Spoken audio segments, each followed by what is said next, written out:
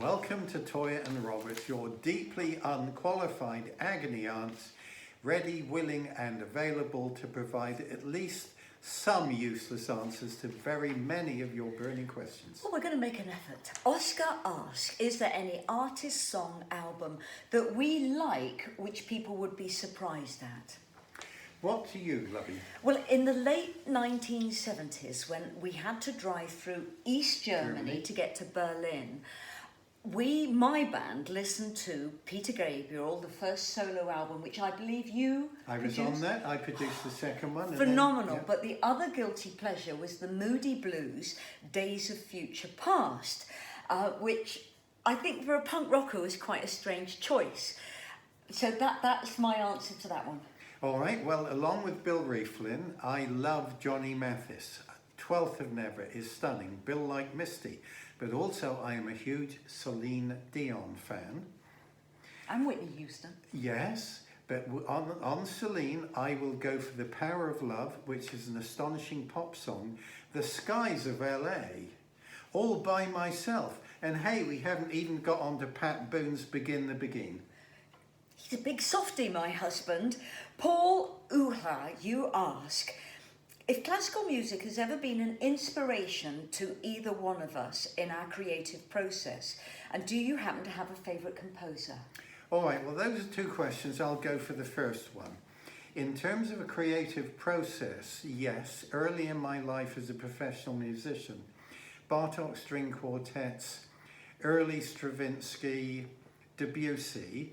My recent listening, as of this morning, for example, Peter Sculthorpe, the Australian composer, Per Norgard, Danish composer, Fabian Muller, Swiss composer, Jennifer Higdon, Thomas Adesh, Unsuk Chin. Everyone except Peter Sculthorpe is a living composer, and they continue to inform my day. I am more inspired by classical music than I am, say, pop or rock, and that's not a criticism. It's just I think classical music takes you on a deeper internal journey because it has the time to do that with its development and its harmonics. So I grew up being trained in opera and ballet. So I grew up with Puccini, I grew up with Tosca, I grew up with even the modern classics like West Side Story. One of the first songs I was taught to sing was There's a Place for Us, but I was also taught to sing Viva date, viva d'amore, non fecuma, no anima un, whatever it goes, viva. So I was actually taught Italian and German opera. I don't sing it that often, but I played Christopher Lee's Mistress in a drama called The Disputation in the mid-80s. And the way that we would kind of keep Christopher happy and focused on set was we both sang Tosca to each other because he adored opera. So I have a more popularist taste of opera. I had to learn the score of Elgar's Variations for my music theory O-level, which is the one exam I got. And also as a dyslexic child, my very wonderful music teacher realised if she taught me movement to music, I would completely memorise the music. So when we had our music classes, and I was about 8, she'd clear the desks and put on Holst's Planet Suite and say, okay, Toyah, dance. And that's how I memorised music. Wow. It was a fabulous experience. Really wonderful teacher. So Neil Legoulier, you ask, Toyah and Robert seems to a man who dresses with a certain Sartorial elegance. Is it acceptable to wear a skinny tie rather than a wide tie? That's for you, Robert. All right, well, look, comment on this. I prefer skinny ties, but the designs available for skinny ties today are a bit limited. My wife buys me some very, very nice ties, and this is what you do. If you don't have a skinny tie, and let me show you this. This is a King Crimson skinny tie, Japanese merchandise, from March 1984.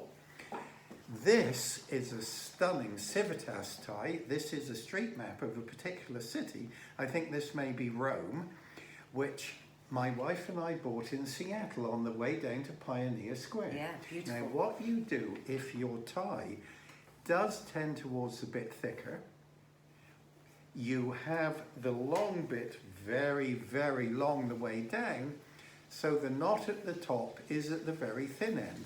And this is a technique for converting wider ties into skinny ties that I showed Tony Levin on the King Crimson concert 2 years ago. Now, Ronnie Wood has just said today that he spent more time knitting scarves in lockdown than doing anything else. So I suggest if you want a skinny tie, because you might not have one, is make it, knit it, cut up an old tie, see what happens. It's all self-expression. This is wonderful name, Church of Trees. Yes. Hello, Church of Trees. Hello, Church of Trees. What is the secret to a long, healthy and happy marriage, especially for a couple of rock stars who endure long touring schedules? May I jump into this, sweetie? My prayer is that I am the husband my wife needs. My hope is that I'm the husband my wife wants, at least most of the time. You are. You're a wonderful, wonderful man. I think we do benefit from time apart, and I mean this in a way of sharing that in lockdown, I have never had so much continuity and time with my husband, and I've learnt more about him in lockdown than I had in the 34 years of marriage leading up to lockdown. And I think that's quite astonishing because we are apart for about 6 months of the year. But I think we sat down and we talked a lot about things that I had to learn to tolerate. I'm incredibly insular. I love silence. I love my freedom. I love getting in a car and just going where I want to go without telling anybody. And obviously lockdown was quite challenging. And I think that we sat down on many occasions and we talked things through about how I was going to remain grounded.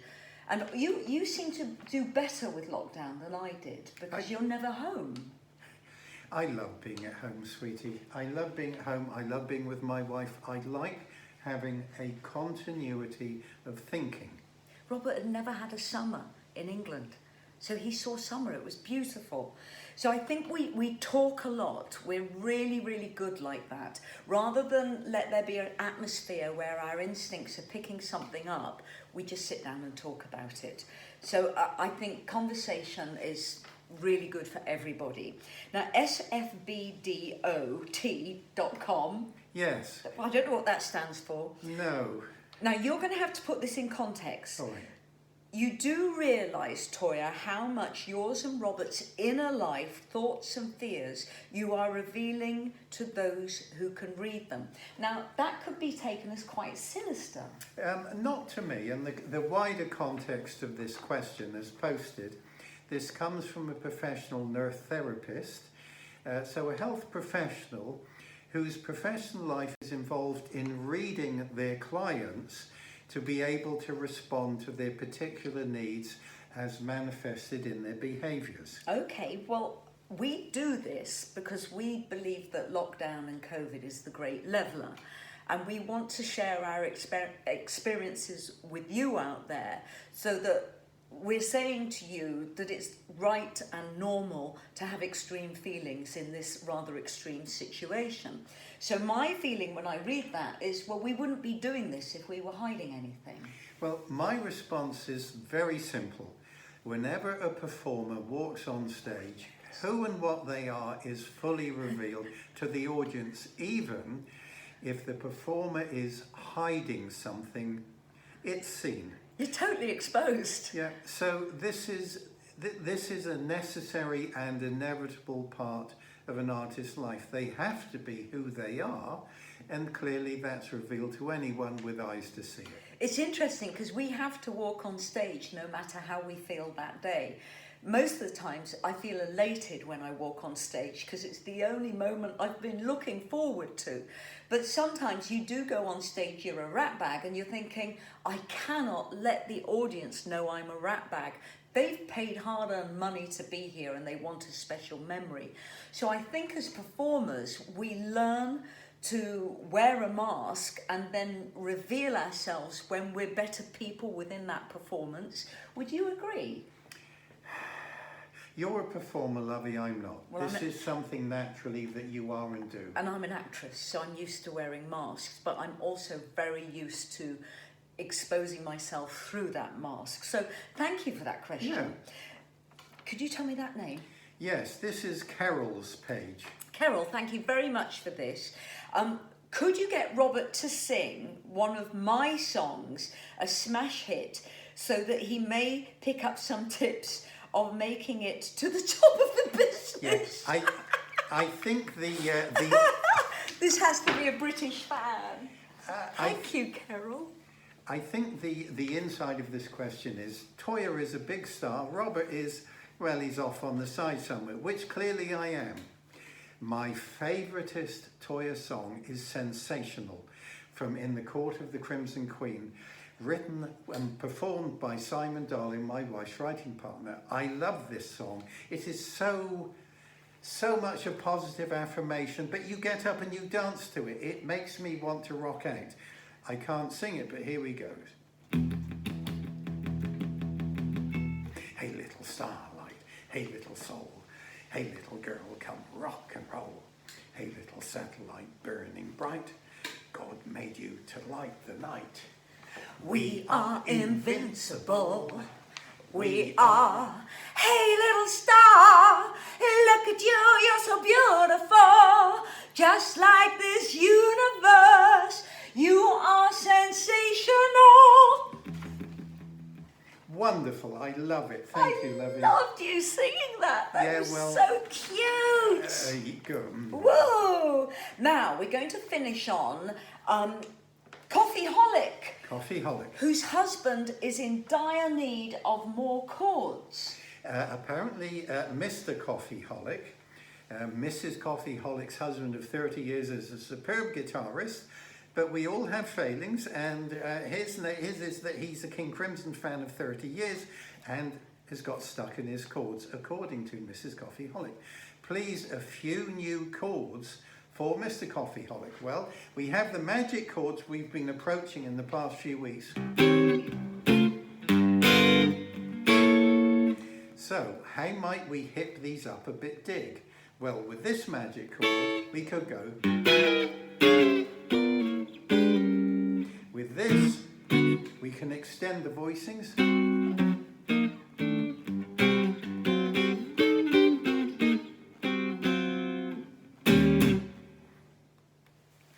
What if you put them all together? Is that it? That's it, dear. Well, thank you very much for that. Thank you, ladies, gentlemen, and young people, for all your questions. Keep them coming in to Toyah Official. We are here. We want to have fun with you, but also we want to explore emotions with you too. So stay safe. We're thinking of you. Who knows what's going on out in that big wide world? So just keep washing your hands, and see you tomorrow for Toyah and Robert's Sunday lunch. Please be well.